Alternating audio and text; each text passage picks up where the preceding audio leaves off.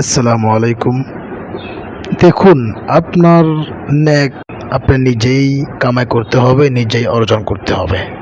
আপনি যদি নামাজ পড়েন, সেক্ষেত্রে আপনার জন্য ন্যাক লেখা হবে, আপনার সওয়াব হবে।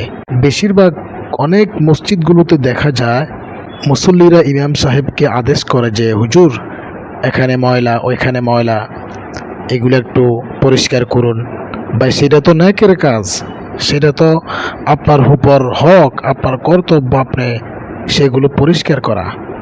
যদি আপনি পরিষ্কার করতে পারেন, আপনার সওয়াব হবে, আপনার উপকার হবে। ইমাম সাহেব পরিষ্কার করলে তার উপকার হবে, সেখানে আদেশ করার কিছুই নেই। আপনি হয়তো বলবেন, হুজুর আমরা তো ইমাম সাহেবদেরকে টাকা দিয়ে রাখি। ভাই, টাকা দিয়ে কোনো নেক কিনা যায় না। ইমাম সাহেব যদি আপনার নামাজ পড়ে দেয়, সেক্ষেত্রে আপনার সওয়াব হবে না, আপনার ন্যাক হবে না, ইমাম সাহেবের হবে।